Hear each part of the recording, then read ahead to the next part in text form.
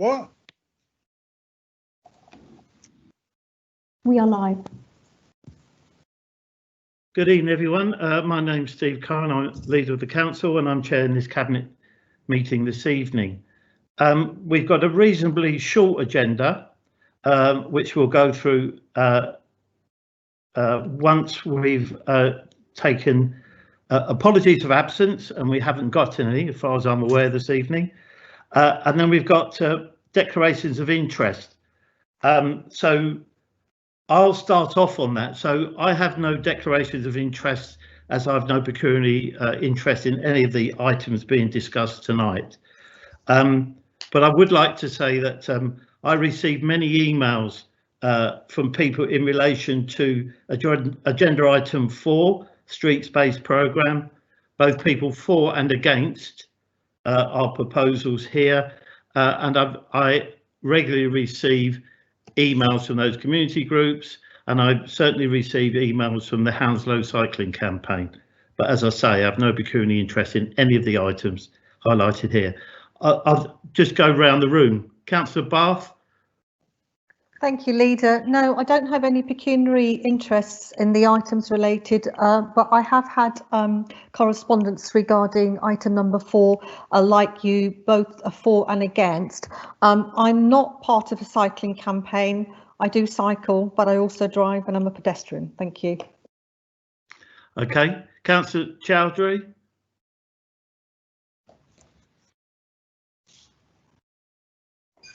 Yep.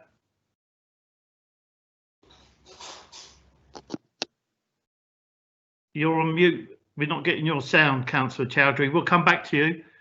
Councillor Gurwal. Thank you, Leader. I have no pecuniary interest, but I do get emails like cycling campaign and all that. Thank you. Thank you. Councillor Lambert. Thank you, Leader. Yes, I don't have any pecuniary interests either, but I am a member of the Hounslow cycling campaign, have been for several years, together with various other community groups. Clearly I communicate with them. I also get lots of emails from different people about different things, including many about item 4. Both for and against. Thanks. Thank you. Councillor Atherton. Hello. Hi, everyone. Yeah, also no interest to declare here, but same as what has been said before, I have received emails in relation to item 4, both for and against. Thank you. Councillor Khan. Thank you, Leader. Yes, I've got nothing to declare. I have no pecuniary interest, but I like to say that I am a recently adopted cyclist over the last couple of months, but I'm not a member of Hounslow Cycling, and I have received many emails, obviously, for item number 4 and street space, both for and against. Thank you. Thank you. Councillor Dunn.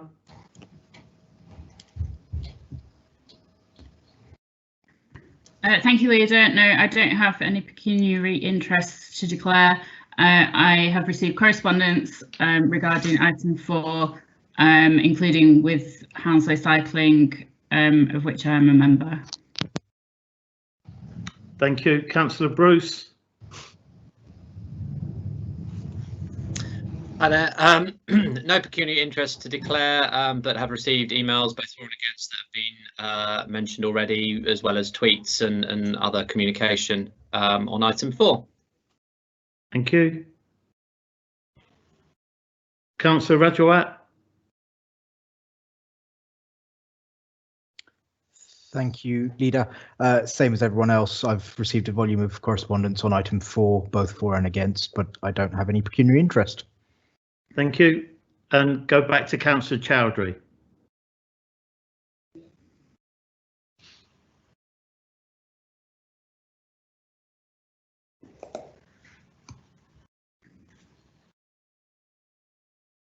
No, still can't hear you. No. You've got the mute sign up now, but when it comes off, we can't hear you. Can you check your connection?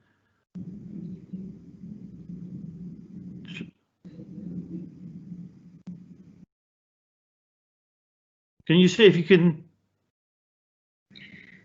Perhaps Councillor Chowdhury could call in on the phone number. Yeah. What I propose, because it's important we do this right, we'll just pause for 5 minutes to give Councillor Chowdhury time to come out of the meeting and then come back in and see if that will solve the problem. So I'm going to postpone the meeting just for 5 minutes. So if we take it off live feed. Sorry, Chair, we won't be able to end the stream, but what is recommended is if everybody could turn their cameras off and mute their microphones. Okay. Can you see if you could talk to Councillor Chowdhury and sort this out?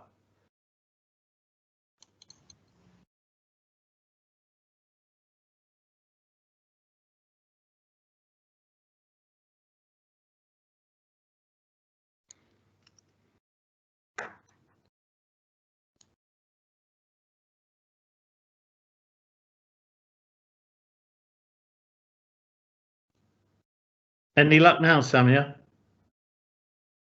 No.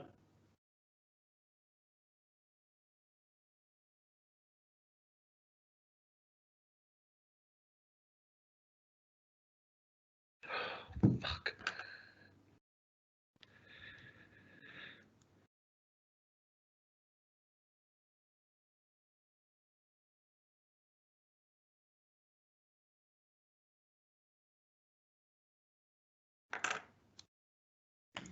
Sam, we've got a technical issue. Can you turn your camera off for the moment? Or, well,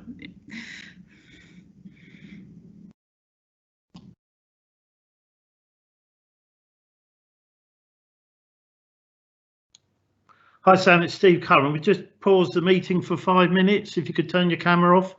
We've got a technical problem.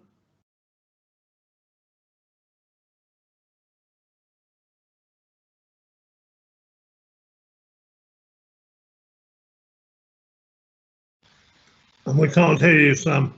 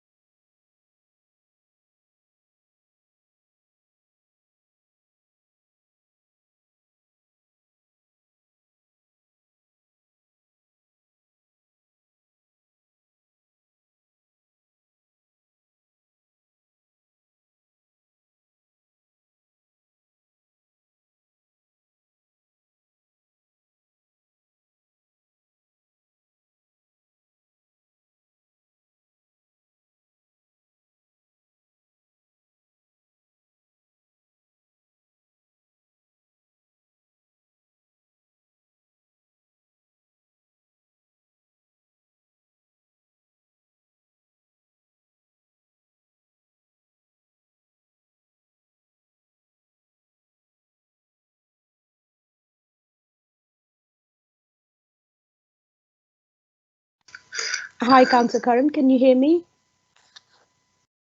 Hello? I can hear you.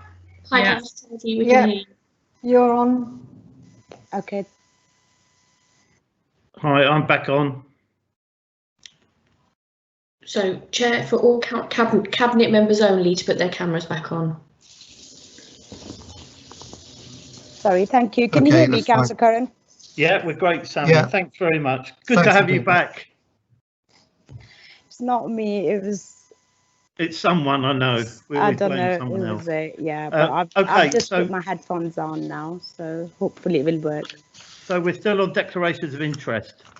Yeah, thank you. I don't have any interest to declare on this one, but I have received some emails from community groups and on item 4 from people who are for and for against, just like everyone was saying when I was listening. Thank Lovely. you.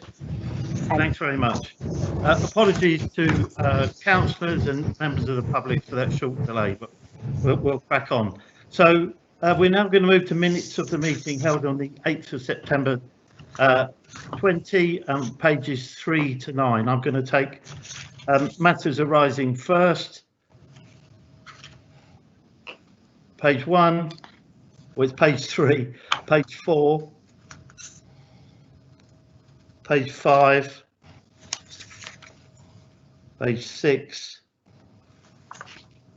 page 7, page 8 and page 9. Are there any matters arising on those minutes? Can I then ask, are there any inaccuracies or amendments any members would like to make? Page 3, page 4, page 5, page 6, page 7, page 8 and page 9. Are you happy for me to sign these as an accurate record? Okay, thank you very much. We're now going to move on to agenda item 3, which is the council's recovery plan.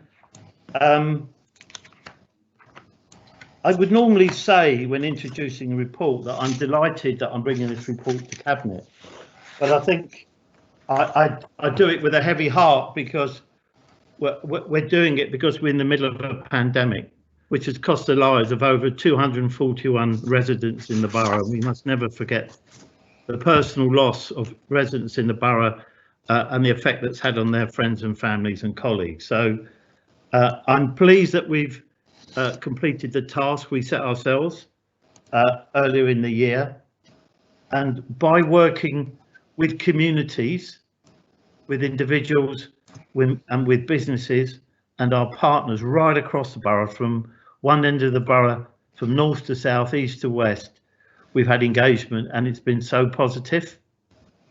Layered upon that, and it will be discussed more in tackling race inequalities, we've learned that certain groups, ethnic groups, are more susceptible to COVID and the effect it's had on those communities, which have directly affected our residents in Hounslow as well. So there's multi-layers of complexities around what the effect of COVID-19 is having on our borough.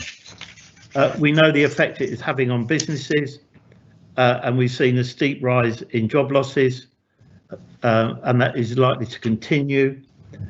We've done some work with Oxford Economics through the work that we've done and also through the West London Alliance. And it's very clear, not only Hounslow, but the others in West London, we're going to be severely affected with the downturn in the aviation industry and the effects that has on our borough. Because there are thousands upon thousands of people who are directly employed by the aviation industry and also those in the supply chain. So I'm pleased that we've looked at that in great detail. I'm pleased that we've got a plan and it's got the endorsement of our partners. And now, as I've said previously, when we had our recovery conference a few weeks ago, the hard part now is delivering on this action plan and to put those measures in place that we've agreed with our partners. That's really difficult. We don't know what the future holds for us. We're in level 2 high alert status in London at the moment. We've seen what's happened in Manchester this evening, in Greater Manchester. So we could at some point in the future move to level 3, which was very high, which again will have a knock-on effect on businesses and our jobs, and more importantly, the health of our residents. And I would like to thank particularly the community groups for everything they've done for us in Hounslow in supporting individuals and supporting their communities. Without their support, we wouldn't be in such a strong position in understanding the challenges we're facing in Hounslow. I'm sure other cabinet members would like to say a few things on the report, so I'll stop now, but I would move the report. So I'll take comments from other cabinet members. Thank you. If you could use the usual system, but I saw the little finger go up with Councillor Bath, but if we could use the tab, that would be helpful. And then I've got Councillor Lambert. Thank you. I'm not sure if we've got the hand facility on this, Have but we? I'll have a look. All right. Sorry. Possibly Apologies. not, no. Apologies. So we Pardon me. might just have to use a hand. Yeah, thank you, Leader. I'm going to second the report, and I just wanted to say a few words. But firstly, to obviously pay tribute to all those people that have lost their lives during the COVID, but also those recognise that there will be many who've lost jobs and sadly lost their livelihoods as well. And I think it's important not to forget that. I wanted to thank the council staff for mobilising really quickly at the beginning of the pandemic, because it seems like a long time away, but it all seems sometimes a bit of a blur how quickly everybody got together to support our communities, and also how quickly the communities got together to support each other. I've sat on the board with Councillor Curran and Councillor Rajwa, and I've been really impressed and actually quite touched at how our partners have wanted to work with us, and how enthusiastic and how committed they are to making sure that they play their part in the recovery of the borough, and I think that's going to be really crucial. I think some of those, if you look through the report, the plan, and it's a really good plan. It's an excellent plan. I endorse the plan. I think it lays out clearly not just what happened, but what the findings were. And I think that's what really startled us, the fact that the coronavirus, the pandemic, really showed that it showed the disproportionate impact on people in our communities who were already disadvantaged. So I think we learned some sort of hard facts very early on. But I think looking forward, and I know some of the figures are really startling, and it's always important to bring hope, isn't it? But I think that we've got a huge amount of commitment with everybody working together in our recovery, and I do think also it's really important that we continue to lobby government, because we need to have a properly funded public sector to be able to robustly to recover our borough, because I think not having the resources is going to hamper the recovery. But I endorse the plan, second the report, and I look forward to the implementation plan that comes from it. Thank you. Thanks very much, Councillor Bath. Councillor Lambert. Yes, I just wanted to pay tribute particularly to communities, and also to council staff, and to our staff at Lambton 360, who I handed out some awards to last week, who worked tirelessly throughout the pandemic, and meant that our waste services were completely uninterrupted, unlike nearly every other council. But I also wanted to mention the green economic recovery activity that we undertook, which is part of this, which I was quite heavily involved in. And what was striking about going to those innovation labs with a lot of external people, academics, think tanks, etc., was how impressed they were with the way Hounslow was addressing the issues. We must not get away from the fact that there are really, really serious issues for Hounslow, for everywhere, but for Hounslow more than many. All we've done so far is made an excellent start, but I think we have made an excellent start. And as Lee said, and as Steve said, the hard part is actually making it happen. But congratulations to the officers who put a huge amount of work into making this happen. Thanks. Thanks, Guy. I've got Councillor Khan, and then Councillor Bruce, and then Councillor Chowdhury. Okay. Councillor Khan. Thank you very much. I would definitely echo what's been said, and also I was fortunate, Leader, to be involved with one of the iLabs that involved with the external organisations and work with officers and work with them. And I must say the whole of that process of going through the engagement with the experts in the field and guiding us was very inspiring. And by just be looking on the green recovery side, and I know that the other recovery boards as well, both from the economic and the well-being and everything else, equally were also inspiring, and it's wonderful to see that. And just moving forward, it's before we needed to go through and move towards a recovery, it was absolutely essential that the London Borough of Hounslow, through its leadership team and officers, actually understood where we were, what the challenges were, right across from the economy to the education, to the health and well-being, and also understanding our community as well. And just by mentioning those 4 aspects, you can see actually the amount of work that was required. So I am fully back this report, and I commend it. Thank you very much. Okay, Councillor, thank you, Councillor Khan. Councillor Bruce. Thank you, Leader. I just want to echo some of the comments that have been made already, and I'd also like to pay tribute to those in our borough who work with Hounslow's young people, those in schools, council staff such as social workers, and also our foster carers throughout the pandemic, who have been all doing sterling work, keeping things going from that sector. The return to education in the last 6 weeks has been incredibly successful. Schools reopened right across the borough, welcoming the children back. It's been brilliant to hear from some young people about how it's great to be back, and also from the staff saying that, you know, it feels right, and it feels that's exactly what we should be doing.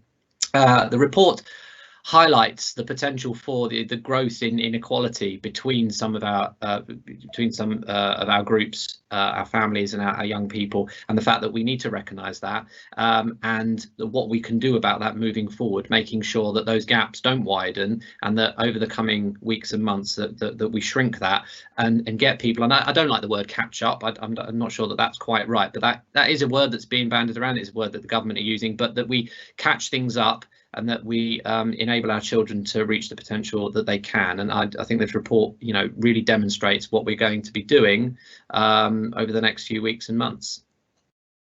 Thank you, Councillor Bruce. Councillor Atherton. Sorry, Councillor Chowdhury, I do apologise. Councillor Chowdhury. Thank you, Leader. I just wanted to quickly say that thank you very much for an excellent recovery plan to all our senior officers. I think it's an excellent plan, and as my colleagues have said, Councillor Bath and Councillor Lambert, it's a kind of hard, but it was not an easy thing for our staff to come forward as quick as they could all together, and started from day one, especially the Green Space 360s, I'll say all my parks team, and each and everyone involved. And yes, our community groups, they have worked excellent, working together, engaging with the council, speaking to them and getting some help out in the time when it was needed, and still it's needed. I have been in the iLabs, like Councillor Khan has said, and it's been very, very nice hearing people all what we can do to improve and how we can recover, and what extra do we need to help out our community. And we have had a culture recovery board workshops as well. They were very impressive, listening to people. How can we kind of help our local community and our culture within the borough to recover from this pandemic? And just once again like to say thank you very much to each and everyone who was involved from day one until now. Thank you. Thanks, Councillor Chowdhury. Councillor Atherton and then Councillor Gurwell. Thank you. Yes, also just like to echo everything that my colleagues have been saying.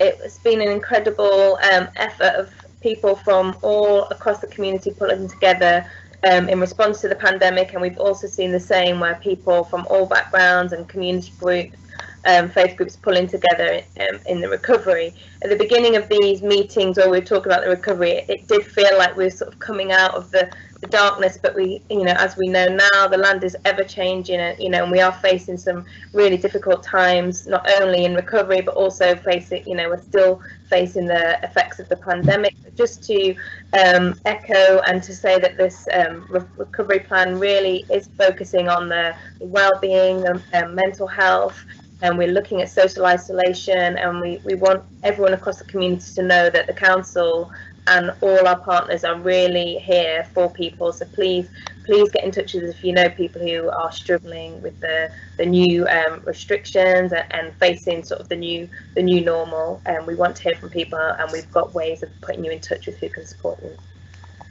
Thank you very much, Councillor Gurwal. Thank you, Leader. Very quickly, echo everything that's been said so far. I'd like to thank officers in IT and customer service. They were very good. They set up the hub within 2 weeks, and they worked really, really hard to reach our vulnerable residents, which were over 23,000. And I commend the report. Thank you. Thanks very much. Catherine Dunn, Councillor Dunn, would you like to say anything? Finish off? You're on mute. You're live now. You're Wonderful. on mute. That's it. Thank you.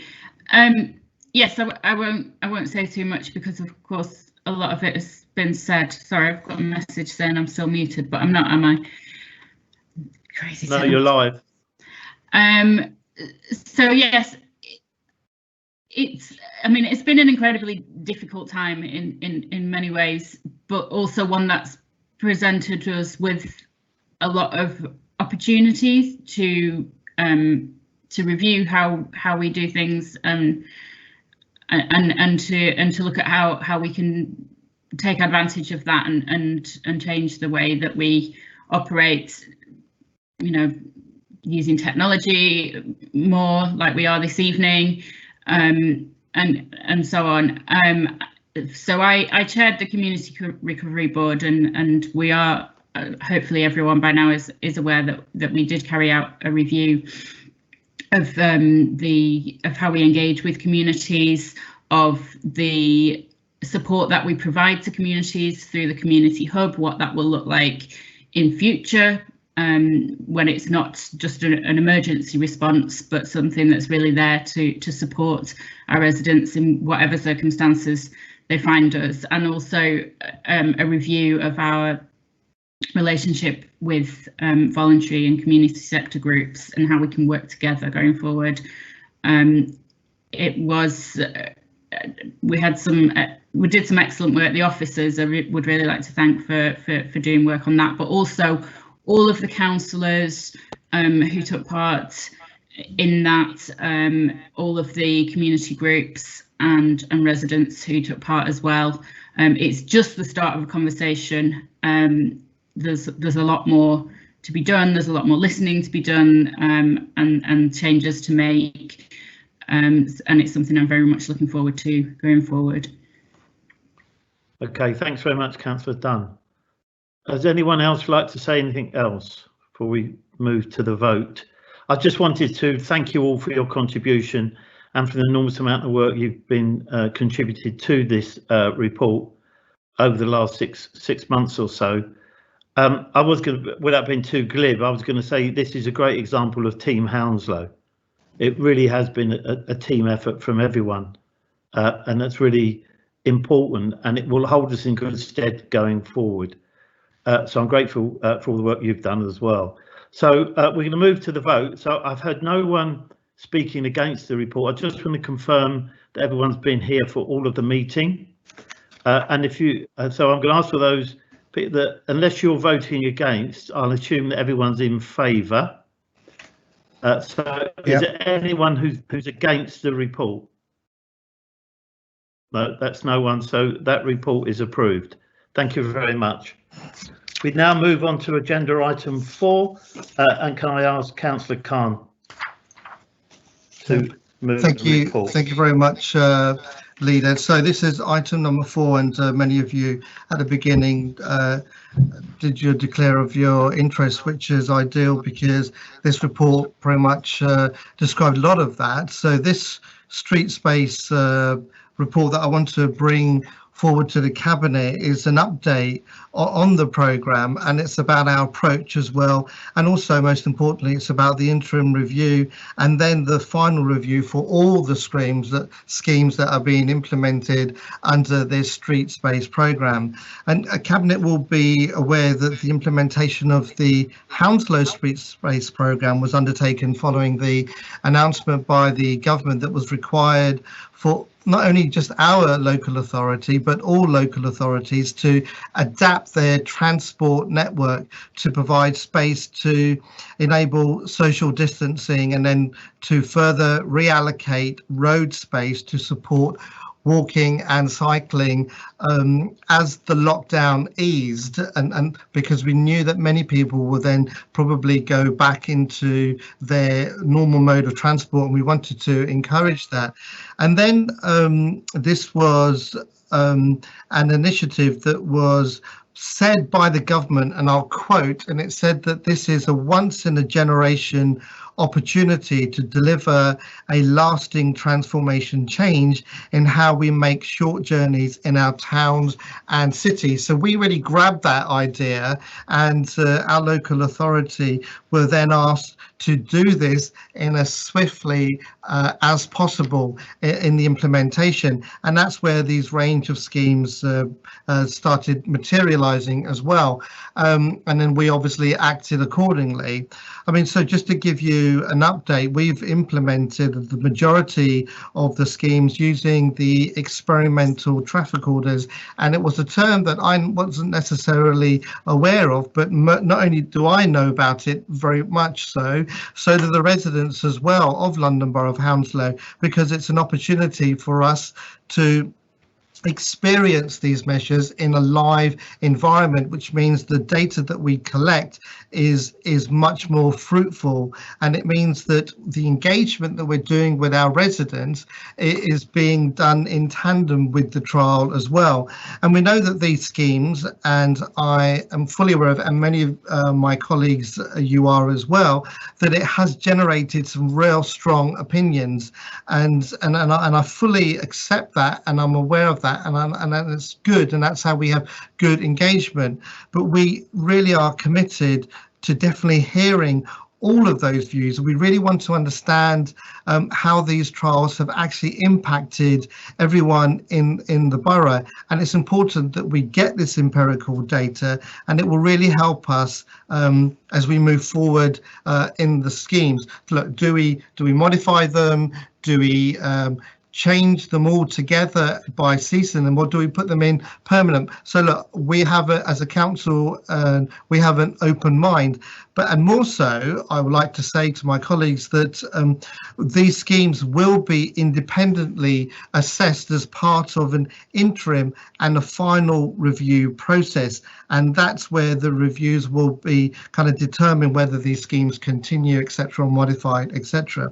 So in the report, you've been asked to note the content of the report and the scheme that's been implemented, and then those that have been announced in phase 1 and phase 2 of the street space programme, and then to approve the process for undertaking an interim and final review on the street space scheme as set out in the report before you, and then consider and approve in principle the proposed phase 3 street space scheme, which will allow us then to develop, further details of analysis of the network, and that will then again include the consultation with residents and community stakeholders. And I'd like to just add a note that the proposed intent to the update and to the delivery plan of the council's statutory transport strategy in 2021 will be there to reflect on it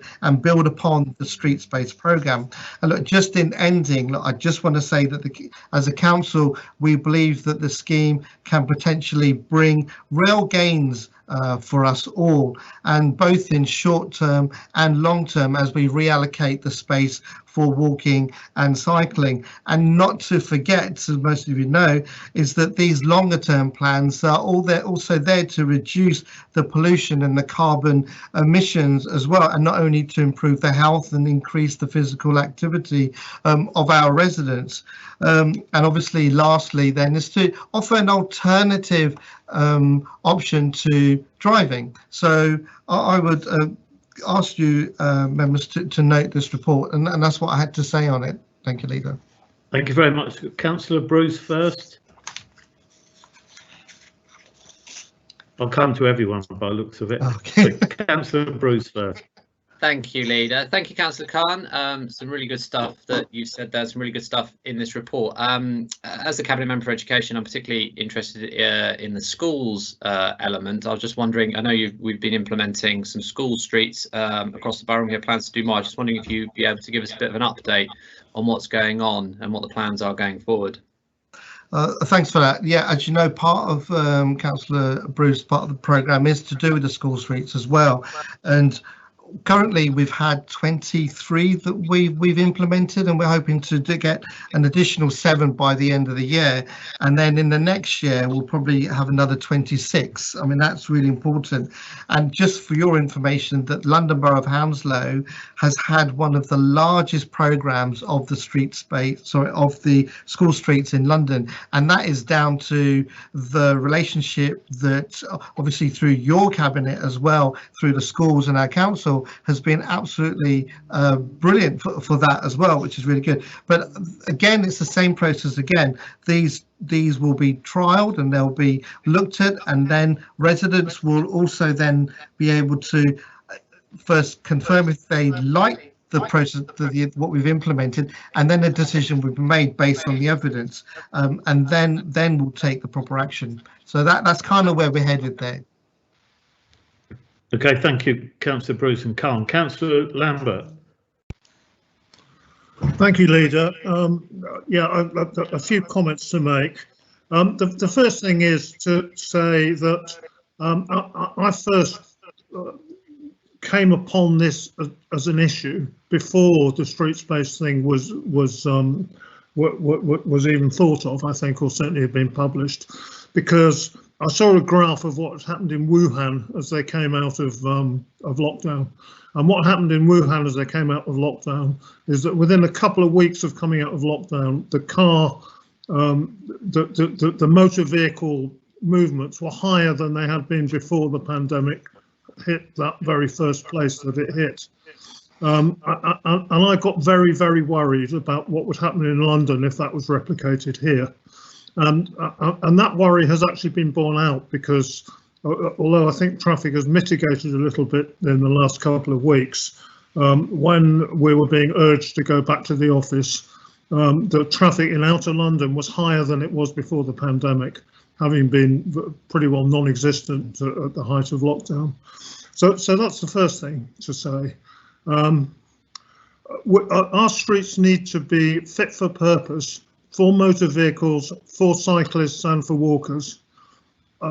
Nobody thinks that we're going to have a future without motor vehicles. We need delivery trucks, we need disabled people to be able to drive around, we need families to be able to drive around, we need older people to be able to drive around. Of course, many of them don't have cars, so they need alternative forms of transport. And we know that public transport will be somewhat impaired for at least a while yet. There's no doubt that these schemes have generated a lot of heat, particularly in parts of the borough, mainly in Chiswick.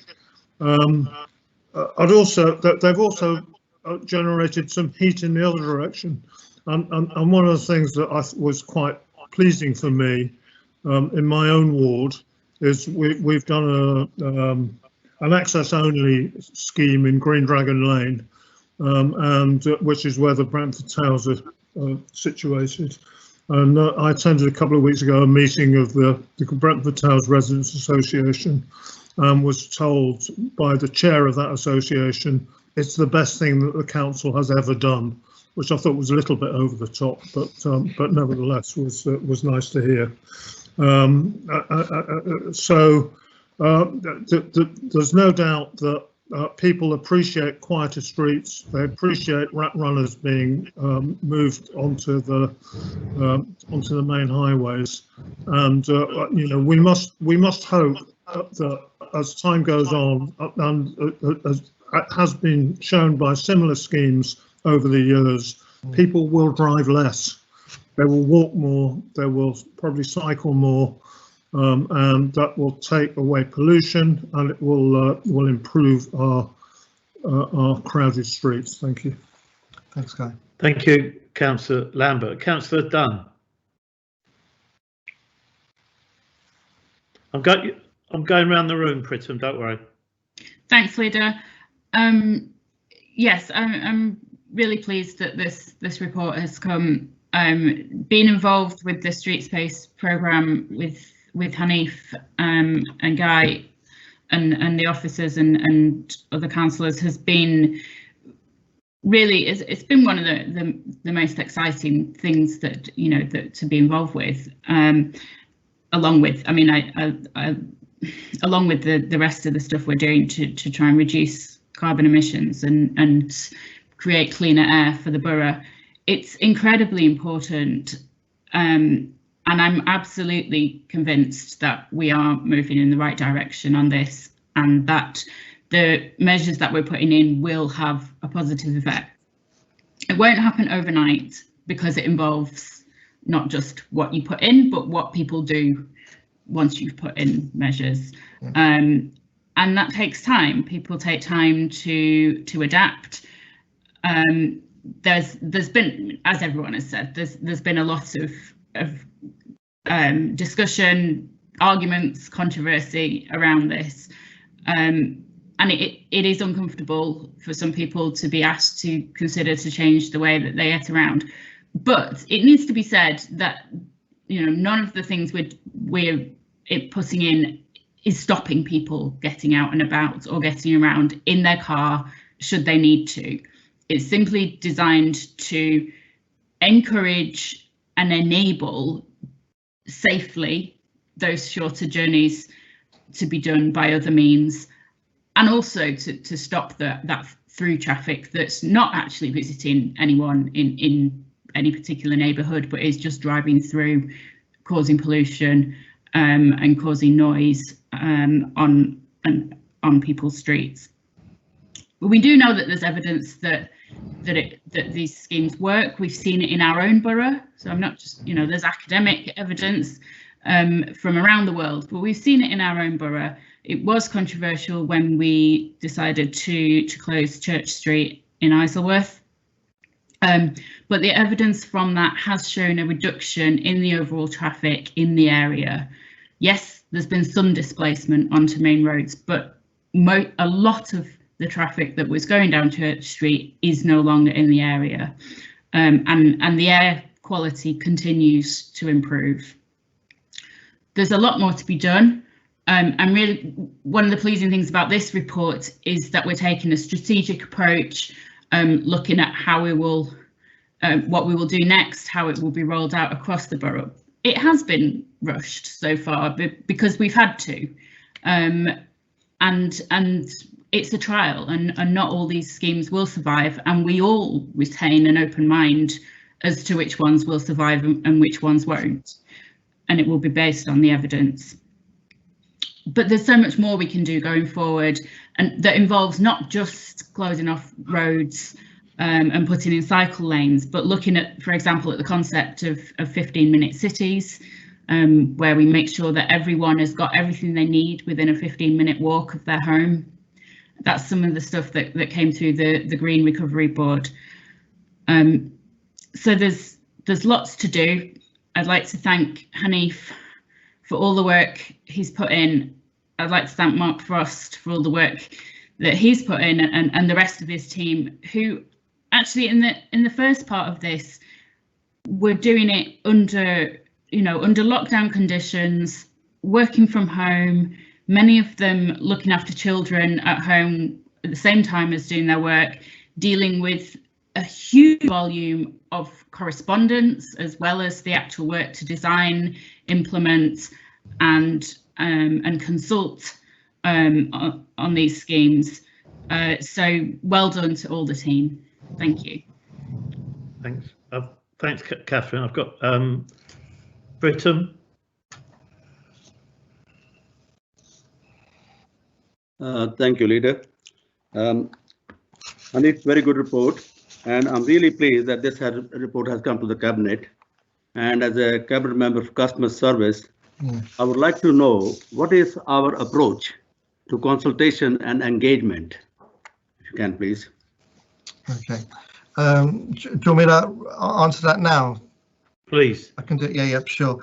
Yeah, thanks for that, because you're right. That's one of the most important things that we need to ensure and address is this engagement, because that's been one of the issues that have been raised by our residents.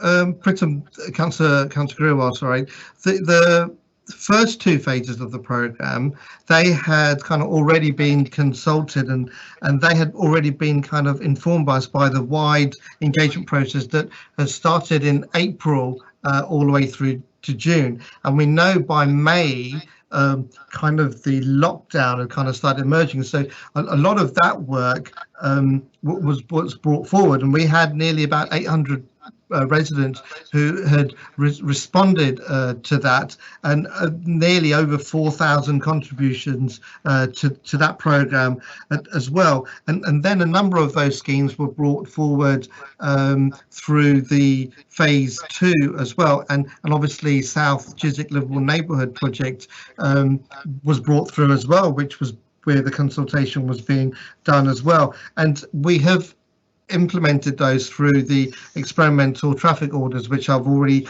mentioned to you as well, and hence why we talk about this live experience where we can collect the data as well. And the most important thing is as we bring out these schemes, we will be inviting residents, businesses, and to understand how they have been impacted. And we've already started doing that process, one through many of the emails, one through engaging with the ward councillors, and not only just myself, but my officers as well have been doing that on a regular basis. And as those programs start being rolled out across the borough, more so, I mean, they've started across the borough already, but as they move out, more of the ward councillors will be involved and be asked to go through that process as well. And lastly, the most important thing, which I've already mentioned as well, is that we'll have an independent consultant who will be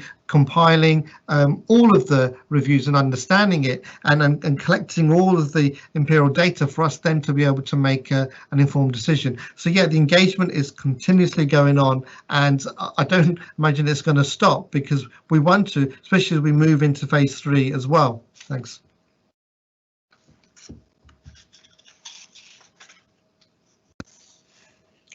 You're on mute, Leader. You're on mute, Leader. You're still on mute. Yeah. Councillor Bath. Thank you, Leader. Thank you, Councillor Khan, for bringing this report. And having read through it, it's a really good report, and I think the principles and the rationales behind why we are doing this are quite clear. I mean, I think, you know, Councillor Lambert said, you know, touched on it in his comments in the sense that, you know, during the beginning of the pandemic, it was quite evident the change in this, you know, in our environment, in the fact that you know, our streets were empty and we could sort of walk and breathe. And I think that was a huge difference that we saw. And I think it was absolutely right to take that opportunity to make some really hopefully long-lasting changes. So anything that we do to improve safety, to create a better, healthier, you know, environment for us, of course, is you know, it's absolutely vital, and it's a no-brainer that we don't trial it. But what I want to ask, I've got a couple of questions to ask, and And it's just that having seen having seen some of the sort of opposition that we had in Heston in terms of some of the schemes that we were trying to implement regarding reducing the traffic on our roads, and some of the concerns that residents were raised were generally around the displacement of traffic and causing extra congestion and pollution. And so what I really wanted to ask you is that if in an event that, you know, it's not the right thing to do, that the consultant review say, well, actually, this isn't going to work, you can assure us that obviously you will make amendments and change where necessary. So that's first question. And second question really is that how will we really assess the impact this might have on our communities in terms of equalities, whether that's you know, physical disabilities, or just that we may just be indirectly disadvantaging people by putting in certain schemes. So I just want sort of reassurance about two things, but in principle, absolutely, anything that creates a healthier environment for us, you know, we have got the opportunity to trial things now. So a really good report, and thank you for all your hard work on it. But if you could address those two, that'd be really helpful. Thank you. Thank you, Councillor Bath. Yeah, definitely. I mean, this is a question that's come up, your first part of the question come up numerous times about this mistrust, this thing about once it's in for good, and these are not trials. But actually the only way that these implementations have come through are through these TMOs. That's the only way that they're done. So like my other colleagues have said, we will be looking at this and we will assess how successful they are.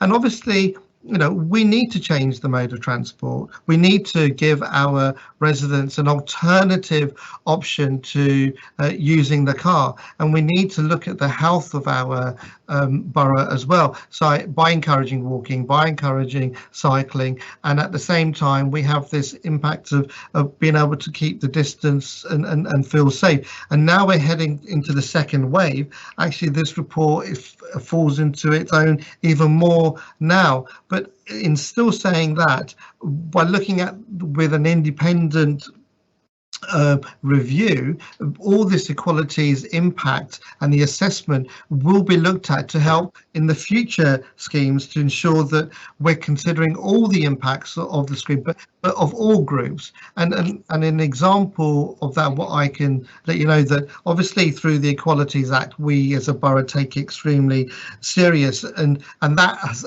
actually helped us inform our decision making in the street space programme as well, and it has actually influenced the designs. And an example of that, and I'm only mentioning this is because I was very fortunate to meet with residents from the South Chiswick area today on a call where we had for me, it was a fruitful discussion, and some points we agreed to disagree, but there was an opportunity for them to air themselves. But in terms of like Turnham Green Terrace, etc., and Devonshire Place, we've actually introduced disabled bays as well, especially for people who are unable to travel the long distances. And those blue bays, they've been there so people who can't walk the long distances have an option to come and shop. So these things are really important. Definitely have an opportunity to have an open mind as well.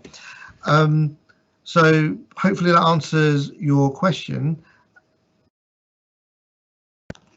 Yeah, thank you, Councillor Khan. Thank you, Councillor Khan. Councillor Atherton, do you want to say anything? You don't have to. Yeah, just to say it's been really good actually listening to everyone's reflections. I welcome the report, but I also appreciate the tension that this has presented for us. Of course, we had to take this opportunity, and it fits really closely with our climate change agenda. We want to see more cycling and walking. We want to have a safe recovery from coronavirus, and know that people can be out and about and not be afraid of coming across people who are too close to them, crossing their paths, etc. And yeah, just to echo that, it is live. We are consulting. There's a number of ways people can communicate and are communicating with us. We are listening, and as much as our officers are skilled at understanding traffic flows and how these things impact the area that they are placed in, human behavior is hard to predict. So we won't always get things 100% right. So that's why it is really important that we are watching and listening and seeing what happens next. But I had the privilege of cycling down one of the roads in the borough where there's these new these wands. And, and I tweeted about it because it was actually thrilling to, I'm a fairly new cyclist and I do talk about it a lot, but I still have moments where I feel quite afraid and I think, oh, if I had a really close shave, would I be able to continue being this champion of cycling? But to feel completely safe cycling down a road and to think that I actually would cycle down a road like that with my children on their bikes as well, which is something we did quite a bit of that when we were in the full lockdown and the roads are quieter, but we still don't cycle on the main roads yet with all three of my children. So to just know that that is something that could be coming if we see more of this safer cycle routes. And it's been great to read in the report that there's a lot of cycle routes coming to the west of the borough as well. So yeah, I think it's lots of opportunities, but obviously behaviour change is hard and we have to be listening, and I really welcome Lily's questions around making sure that it doesn't disadvantage particular groups. But yeah, I'm confident that this is going to be a successful live consultation, and we hope that we can have some really good outcomes and that the majority of people will feel happy when we come to the end of it. Thank you. Thanks very much. Councillor Samuel Chowdhury, anything to say? You don't have to. Thank you, Leader. Just a quick one to say to Councillor Khan and the team, thank you very much. And I'll echo what my other colleagues have said, like Councillor Barth and Councillor Atherton, that it is important. Behaviour change is not easy at all. But as Councillor Barth mentioned in her question, that we will be listening to residents. We are listening to our residents and we will be looking into it. The consultations are really, really important. Talking to our people, talking to local community, local businesses, which Councillor Khan have said that he will be doing that in future as well. And I think I would like to once again thank him for this. It's some things are never easy, but it's just that we do have to think and do implement some of the schemes. I think by looking at and walking down the street, especially with the local schools, I have had really good parents, kind of very good comments from parents. I know there are negative, but there have been a lot of positive comments as well about the street closures, and just kind of, it's really easy for them to walk and drop their children, especially in these circumstances where people do have to look at the social distancing and everything. And I would like to once again say thank you very much. I think it's a great thing, but let's hope good. Thank you. Okay, thanks very much. Just for members of the public, you might think it's odd that you can't see all of the councillors all at the same time. So there's 10 of us, but because of the technology, we can't do that. So just to reassure you that if the councillors are not up on the screen, it doesn't mean they've left the meeting at all. They're still there. So on that note, I'm conscious I've not spoken to Councillor Rajawat. So if he's there, hopefully not to prove me wrong. I am here, Leader, but I've got nothing to add. I think all my colleagues have spoken on this. Okay, thank you very much, Councillor Rajawat. Is there anything else anyone else like to add? I'd just like to say a couple of things, if that's okay, Leader. Just first of all, the work will continue. I just want to say special thanks to the officers, special thanks to Councillor Dunn, special thanks to Councillor Lambert as well, who have been with me actually through this whole process in our bi-weekly meetings, where we have, because there are so many schemes. If you imagine there's 40 plus schemes, there's a lot of work that goes on in the background. So just on the record, I'd like to just give my special thanks to both my colleagues and also the Cabinet as well, and the officers as well, who have worked tirelessly, brought this report together, and have been working with a small team. And many of the residents know firsthand, by name, many of the officers now. That's the level of engagement. Thank you very much. Okay. Thanks very much, Councillor Khan. Right, so we're going to move to the vote. But so if I could just bring you back to the report on page 36. On item 1, details of recommendations. A, we are to note. B, to approve. C, to consider. And D, to note. I've not heard anyone speak against the report and its recommendations, so I assume that everyone was here for all of the discussion on the report. Is anyone objecting? If you could let me know. If not, I consider that a unanimous support for the report. Thank you very much, everyone. Okay, we're now going to move on to agenda item 5, which is I'll ask Councillor Bath and Councillor Dunn to put forward. Thank you very much. Thank you, Leader. So the report that you have before you tonight is a report which basically presents the findings and conclusions of the Tackling Race Inequalities Task Group. As you will remember that not that long ago we formed a task group to look at race inequalities, and it was chaired by myself, and it had Councillor Candice Atherton, Catherine Dunn and Hanif Khan as members on the group. And the focus of the group was to tackle structural racial inequalities which had come to light following the Black Lives Movement and COVID pandemic.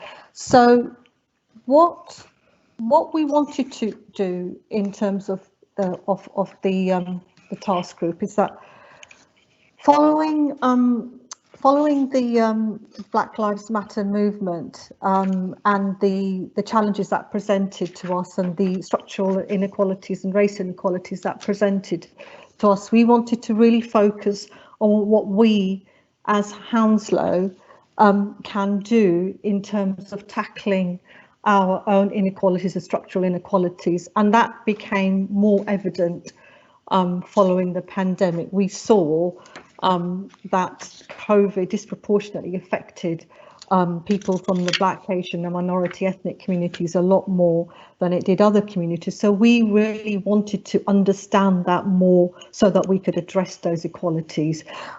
We know that the council has got a good record on addressing equalities and has done a lot of really good work in the past, but we really needed to reaffirm our commitment and really needed to make sure that we enhance our work on this so that we really do address equalities, but we really do that so that we can improve the outcomes for our residents, particularly moving forward in terms of the COVID recovery. So we came up with a number of conclusions and recommendations. We came up with quite a few recommendations. Obviously, I'm not going to go over all of them, but basically, just roughly, for example, we are recommending that we develop a strategy, a race equality strategy across the council, which does address equalities across all areas of the council and council services. We also are recommending that the council looks at itself as an employer and ensures that it reflects the communities that it serves and in terms of its own workforce at all levels. And I have to say that work has already started in this, and I think we've seen a lot of commitment and enthusiasm amongst the council to look at itself. I think that's really important. We've looked at how councillors and members can be effective leaders in their own community, how they can be trained and support the equalities agenda in their own patch.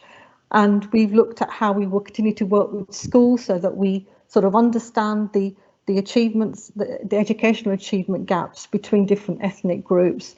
And we've also stepping up our work with communities to make sure that our diverse communities, which we do, Hounslow is a very diverse borough. Over half of the population is from a diverse community, and it's important that we involve them to shape their place that they live in, but also the services that they receive. So I just want to say thank you to my colleagues, really, in terms of all the work and the enthusiasm and the commitment that they've shown. Obviously, there's a huge amount more to do. This is just a start. We've kind of set out our approach, and it's kind of like a roadmap to what we want to do in the future. I think we've got a lot of buy-in from all the members, and we had a good sort of discussion at our own group last night, and I think we've got lots of volunteers in terms of wanting to take the work forward. So I look forward to sort of really, addressing quite a lot of disadvantages that we've seen, and hopefully we can really improve outcomes for all our residents.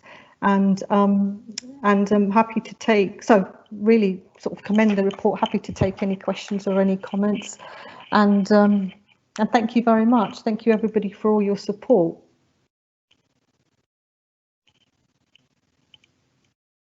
Happy to take any questions or comments.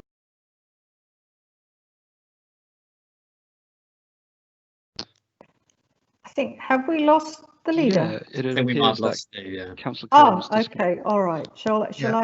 So Okay, you take over, Lily. Yeah, I'll take over. So I think Tom you had your hand up. Yeah.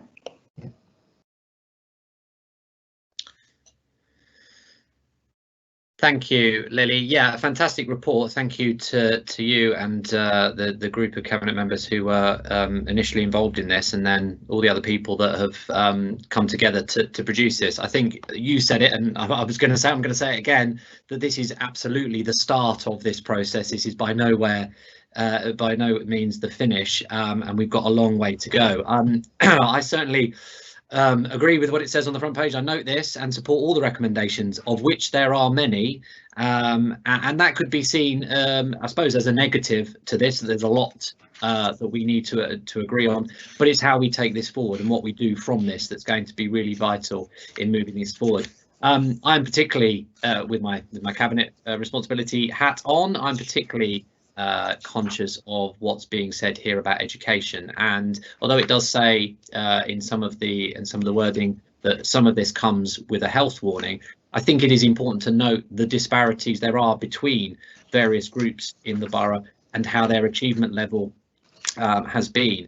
It is a snapshot in time. It is only 1 year, but what's key, and is highlighted in the report, is about the trends of this and about making sure we note those trends and that we do something about that, and that this council works with schools and other groups that can support those groups that are mentioned in not achieving as well in various age groups, and increasing and closing that gap, which is an educational phrase that comes up quite a lot. So there's a lot in here, and there's a lot of information, and there's quite a lot on education, as well as in the youth offending service and youth offending team about some of the inequalities that are there as well, which also sits under my portfolio. So it's good that it's mentioned, it's good that it's noted, it's good that we are now looking at how we can tackle some of these specific things, because there's been a lot of work that's happened already, but it's noted that particularly within the times we're living, the recovery report mentioned it as well, but this to stand outside that and be, sit alone and can be something that really frames what we do over the next year or 2 or 3, however long it takes to move this forward. So really great work. Thank you very much. Thank you, Councillor Bruce. Does anybody have any questions? Councillor Dunn, do you want to also second the report as well? I'll bring Councillor Dunn in next.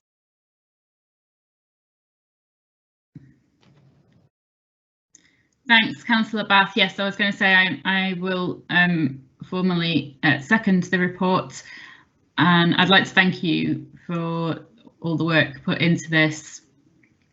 Again, an incredibly important piece of work that will continue to I think we'll continue to have lots of input on it and work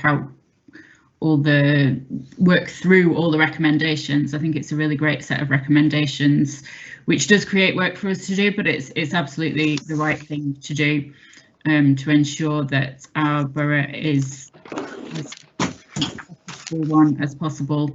We know, we know that it's not at the moment for reasons that have been set out, and it's absolutely our determination that we change some of that to make sure that everyone living in this borough has the opportunity to flourish in all aspects of their life as well. I think it's incredibly important, and I thank everyone who's worked on it, and look forward to working with you all in future. Thank you. Thank you, Councillor Dunn. Councillor Atherton, did you have your hand up? Yes, please. Yeah, I really commend this report. And it was really, really brilliant to be part of it. And I want to say a special thanks to our equalities team, who I often describe as small but mighty, in the work that they did, literally researching and looking into where race inequality exists right across the borough, looking at health, looking at housing, looking at policing, looking at our community services. So yeah, it was really brilliant. Some of the information was as expected, and there was some surprises as well. So it was really good that we've been able to be informed by data and by statistics and by what's happening in our borough for our communities. I was on a call today about disproportionality in our criminal justice system, why there's more black and ethnic minority children in our criminal justice system, and someone spoke about how important trustworthiness is. And I completely agree, and I think this report basically really provides the community in Hounslow confidence that they can trust us, that we see them, we see the diversity, we see difference, and we recognise how people from black, Asian and minority ethnic backgrounds can be disadvantaged and are often facing inequalities. And so we really want to get that message out, that we are recognising it and that we are really doing things to tackle it across all our services. It brings all of us as portfolio holders, we're all held to account on this because it affects all our areas. And also just to say, in my role leading on workforce, we are really starting, from home, we are really stepping up the support that we give to our black and ethnic minority workforce as well. And we've, alongside networks for lots of other equality areas, including LGBT, women, people with disability. We've got our black and Asian and minority ethnic network set up, and that's a hit. I've heard that that's going really, really well. So yeah, I'm really proud of the work we're doing. I think this is a great sort of trampoline of just sort of accelerating the work further, and I'm really looking forward to the impact and reporting back on some of the impact that it's had. Thank you, Councillor Atherton. Councillor Goriwal, did you have your hand up? Yep. Yes, Councillor Bath. Very quickly, a very good report, Councillor Bath. A lot of work has been done by the task group. I know there's a lot of work need to be done as well, and I agree with all the recommendations there. And all I'm going to say is this will help us to improve the lives of all our residents in all our communities in Hounslow. Thank you. I recommend the report. Thank you. Councillor Khan. Thank you very much, Lily, for the opportunity to speak. And what I wanted to say was that through that process, when we were working together and being able to openly discuss real issues in a safe environment when we were putting this together, and again last night when we were talking to a wider members as well in that safe environment, because why we started this report was because of the Black Lives Matter protest and due to the pandemic, which highlighted mainly the socioeconomic divide. But there was other issues which were there, which were the underlining issues. And when the tension was being brewed, people kind of felt a bit worried. scared. The security was not there for them to be able to understand who they really were as an individual. And it was actually, you cannot be a Black Asian minority. I think you need to be like this, but you need to change yourself. And people thinking twice about their own true values of what they were taught growing up as an individual, and from when they came from another country as well, what they were taught and their values. But actually, we know that the United Kingdom has always been well known for its acceptance of diversity, and that was really key that we really enjoyed and we discussed. So this report goes a long way in that, and we've really moved along from back in the days when we used to define equalities as in disabilities. You know, you're in a wheelchair, you're blind, and you've got a physical impairment, etc. We've moved so much more as a society, you understand.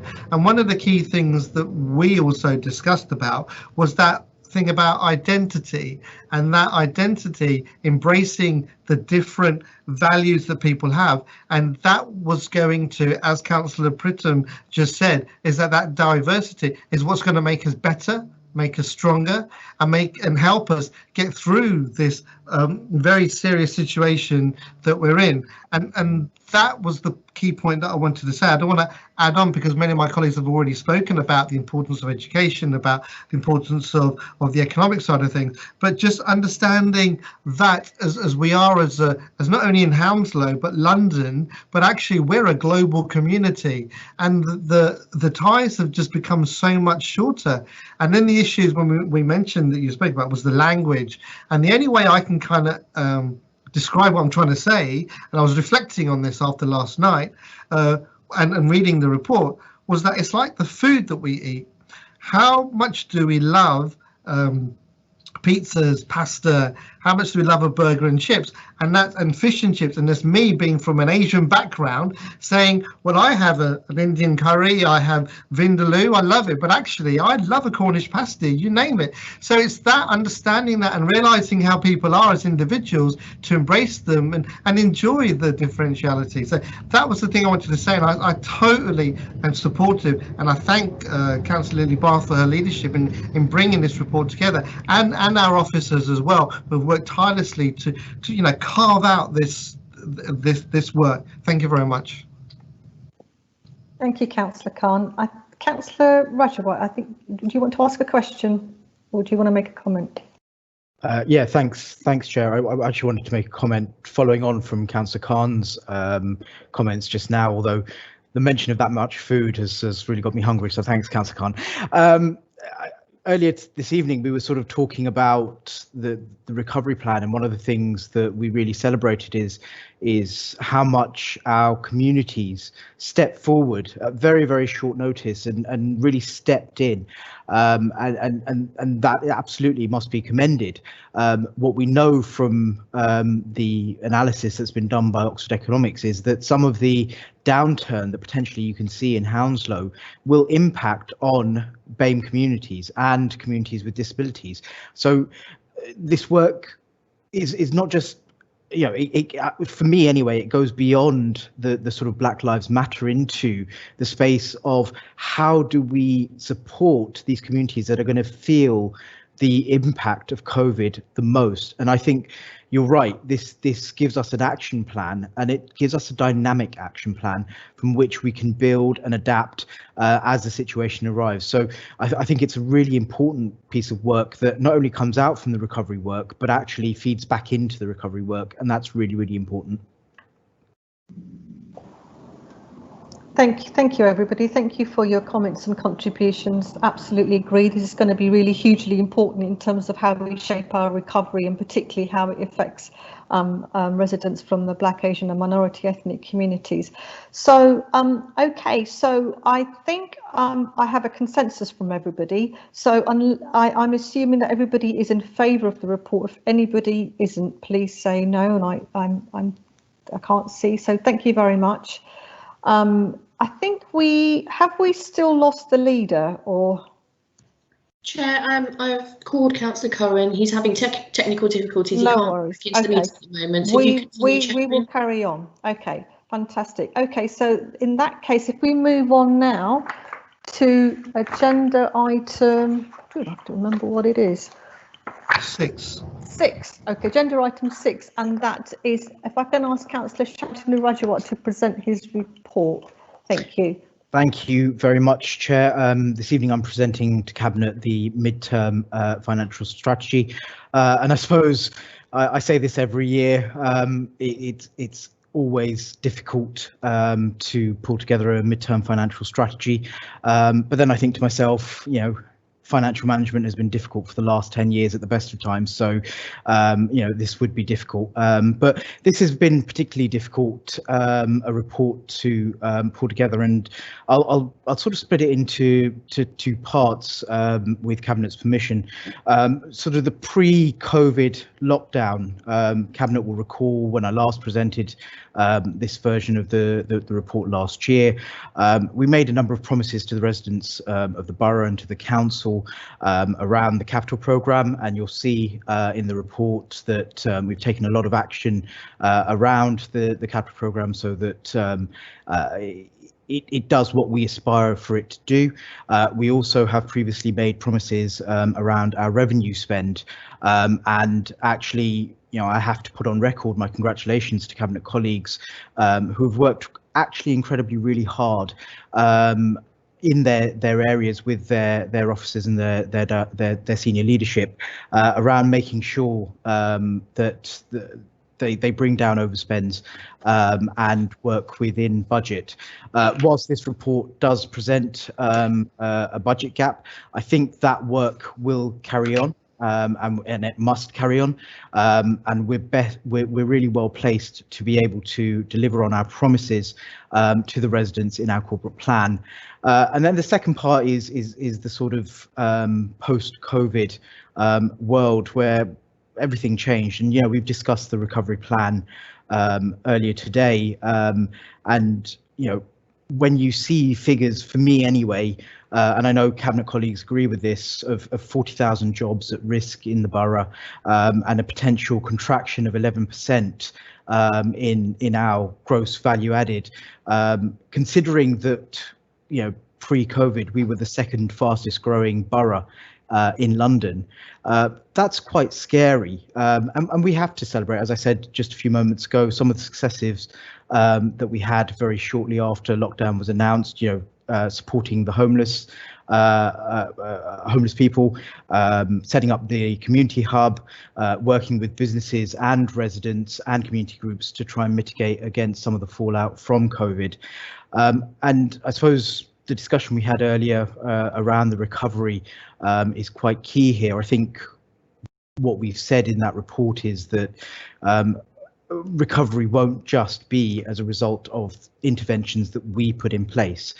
It will be about the work that we all do across the borough, be it businesses, be it communities, be it individuals. And as a council, we need to be best placed to coordinate that activity so that we get it right for our residents. And we need to be lean and we need to be efficient and make sure that we're working to our budgets. That's all made quite hard by the lack of information coming out from government. We still not had a settlement. We don't know what the comprehensive spending review will throw out, and it appears like the Chancellor, in my view anyway, is tightening the purse string when at a time when the purse strings need to really be there to support residents, and so that creates a certain amount of uncertainty. That having been said, I'm comfortable that we're on the right track. I'm comfortable that we're going to deliver on our promises to the residents, and it's really important over the next few months and years that we do everything in our power to make sure that that Hounslow pound is spent in Hounslow. Of course, I do await that shiny cheque from Robert Jenrick for all the activity, but looking at Greater Manchester earlier this evening, I'm not sure that will come through. So we will keep working hard for our residents and protecting those that are most vulnerable. And with that, I move the report. Thank you. Thank you, Councillor Rajawat. I noticed that we've got the leader back on. Do you want to carry on? Do you want to? Councillor Rajawat has just presented his report, and he's just presented it actually. We're on agenda item 6, leader. Okay, if you finish off agenda item 6, then. Yeah. Okay. And then I'll pick up from agenda item. Do you want to second the report? No, because I've not been there for any of the discussion. If someone else was. I'm happy to second the report, Councillor Rajawat. Can I take questions, please?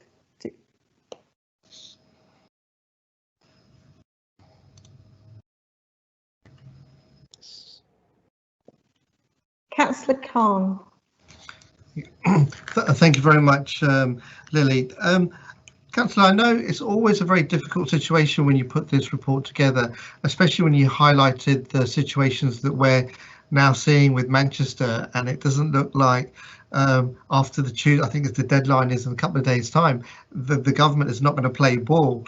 And it's really, and when we look at, and I'm sure you do, when you look at the state of our borough and the challenges that we're facing, and you've looked at it from homelessness to what we have to apply for our adult social care and for education children, how much are you kind of split in a way of where do you put your kind of priorities? Because it is so difficult.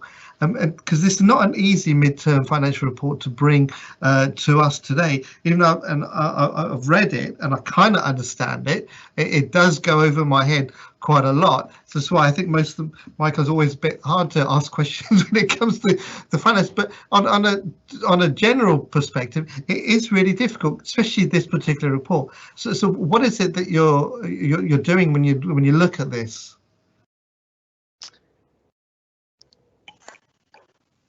Thanks, Councillor Khan. I thought I was going to get away scot-free on this one.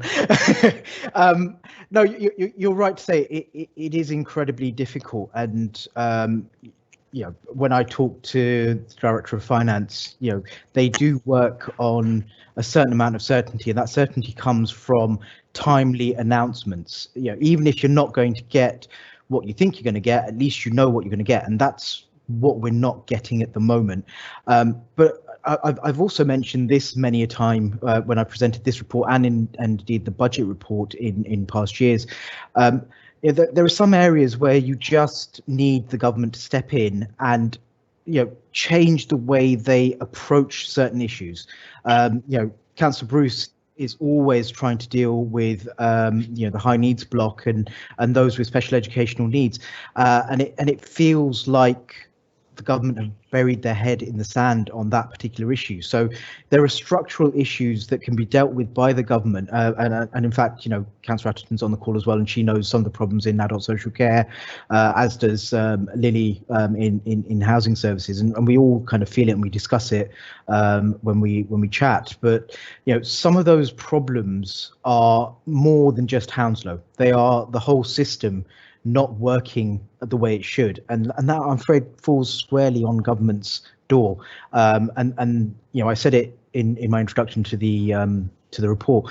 It feels like this is the wrong time for the Chancellor to be tightening the purse strings. You know, yes, we paid a lot for furlough and other schemes, but actually that supported a lot of people when they needed it the most, and that needs to carry on. There will be a time when you can tighten the purse strings, but now is not that time. Thank you, Councillor Rajawat. Does anybody have any further questions before we move to the vote? Councillor Guy Lambert. Yeah, I was just going to ask you, Councillor Rajawat.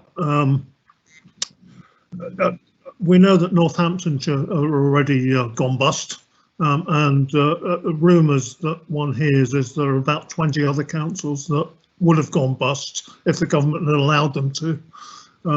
So I want to understand whether you can give us any reassurance whether Hounslow is in danger of going down that same that same hole. Thank you. Thank you, Guy. The straight answer is absolutely not, and I will do everything. And I know Cabinet, you and other Cabinet colleagues will do everything in their power to make sure we're never in that position. And it comes back to the point that I made at the start. we identified that there was potentially an issue and a problem very early on in the administration, and we put steps in place to try and deal with that. And by and large, we've dealt with that, and I'm fairly comfortable. There are small exceptions that need to be dealt with, but generally any sort of budget gap that exists at the moment, I think, from my perspective anyway, is as a result of the system problem that I just mentioned in response to Councillor Khan. And actually, if I compare some of the budget gaps in other neighbouring boroughs across London, that they're far higher than what we're having to deal with. And that's not to sort of hit them over the head when they're struggling. I have every sympathy for some of the decisions they've got to make, and we're going to still have to make some difficult decisions, but they're not going to be sink or swim decisions. They're going to be decisions that we can make, and we're going to have the headroom to be able to make decisions in the best interest of our residents. Thank you. Councillor Curran, you had your hand up? Yeah, just I won't vote on this item as I've not been here for the old discussion, but I think that doesn't stop me from voicing a view. I just wanted to thank Councillor Rajawat and the finance team, Clive Palferman and others for a fantastic job they're doing in the most difficult of circumstances. And I think we should just go back a bit, step back, because austerity hadn't finished before we were hit with the pandemic, and we shouldn't forget that. So we've had the biggest cuts to local government in local government's history, and all councils, irrespective of their colour, were affected, and Councillor Lambert's highlighted a few this evening. But so we're already in dire straits. Local government is being held hostage by central government and has delayed the financial settlement. And here we are again, this time of the year, when we should be looking at setting our budgets for the following year. We can't do that because it's so uncertain. You've got the Bank of England talking about negative interest rates. The markets are volatile, and sorry to bring even more gloom, but it's likely we're heading for a no-deal Brexit on top of all that. So we've got uncertainty because of Brexit. We've got COVID, just going backwards, and then we've got austerity. All of those things are running in parallel at the moment. And then we've got the potential of mass unemployment, particularly for the young, those under 25s. So those people who left university or college in the summer are now looking for jobs. We've got the people 30 plus who are in fairly unskilled jobs related to Heathrow and the supply chain there, looking for new employment. So it's a perfect storm, and I'm afraid we could, unless the government acts quickly, decisively, and I'm sure we will, given the tools to do the job, i.e. money, we can pull back from a recession and mass unemployment. We do not want to go what happened in Spain in the last few years with mass youth unemployment. Not acceptable to me. I know it's not acceptable to cabinet members or the Labour group or this council. So I'm really grateful for the very prudent approach that Councillor Rajawat has taken with our finances, and I trust him implicitly. Thank you. Thank you, Leader. I'll formally second the report and congratulate Councillor Rajawat and his team for remarkable work, really, given the situation that we're in. As the leaders quite rightly said, people now are realising and understanding how much the councils can do in terms of aiding recovering their local community, not just economically, but in many ways. And I think this is a crucial time that we really need to be supported, properly funded and sustained, so that we can do that. So yes, well done for the prudent approach, and let's hope we do actually get some support to help our communities. Thank you very much. I'm going to take the vote, but the leader won't vote on this. So if I'm assuming everybody is in favour, if anybody's against, can they indicate to me now? No? Okay, so that report is approved. Thank you very much, and I'll pass over to the leader to continue chairing. Thank you, and welcome back. sorry about that. Your worst nightmare. I won't tell you who my provider is because I don't want to embarrass them or cause their share price to drop. But it wasn't an IT problem at Hounslow end. It was my provider. So apologies for that. And that's why we have a deputy leader to jump onto the spot and carry on. So thank you and apologies for that. So we're going to move on to the last agenda item, which is Councillor Rajawat again, which is the Treasury Management Mid-Year Report.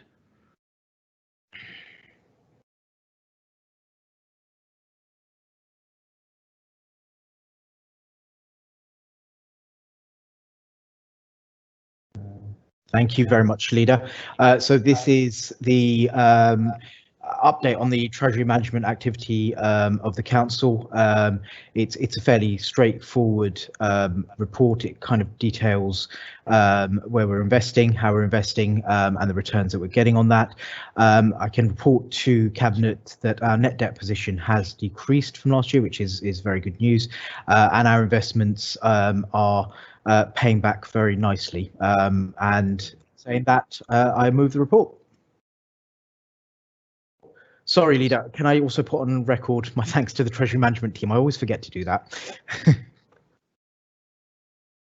Thanks very much. Thanks very much, Councillor Rajawat. I'm very happy to second the report, and if my comments are, again, it's a great example of a prudent council who's managing its money well. And if you look at our investments, are doing well. We've invested wisely since 2010. We're not like some councils very close to us, neighbouring councils who've gone off and spent money willy-nilly, and unfortunately recently some of those councillors who made those decisions had to resign because of poor management, I think, of the money. And it's very important to me that we carry on this vein of prudent management of our finances. I hope that reassures business. I hope it gives confidence to business and gives confidence to residents. It's really important as we move through this most difficult period in the borough's history, probably the most difficult period ever in the borough's history. If you take on board the things I said earlier about the last report, you layer all those things on top. Really difficult time for everyone. So it is about confidence, and Councillor Bath mentioned about some good news. It's really important. The good news here is that we're managing our finances very well, and I'm very again grateful to Councillor Rajawat and the Treasury team for all they do. They do a fantastic job on behalf of the residents and business in the borough. So I'm very happy to second the report. Is there any other questions or comments anyone would like to make? No. Okay, then we'll move to the vote. I'm assuming everyone's in favour for what I've heard and seen. Is there anyone against the recommendations? No. Well, that's carried. Thank you very much. There is no urgent business that I've been notified of, and there's no exclusion of the press and public at this stage. We have, haven't we? We've got the Treasury Management mid-year, but we've done that now, haven't we? So date and time of the next meeting will be 7 o'clock on Tuesday, the 8th of December. So a big thank you to members of the public. I know there was lots of interest because of agenda item 4, the streets-based programme. I hope you may not have enjoyed it, depending on your point of view, but I hope you've taken on board that we do take these matters very seriously. We acknowledge your concern, and we will listen to what you've said in the consultation and take that on board before we make any further decisions. So thank you very much for joining us. I hope you'll come again, and it's not your first and last visit. So thank you to Cabinet, thank you to the officers and the IT team for all their support, and just to reassure you, it was my service provider, not your end. So thank you very much, everyone, and good night. Good night.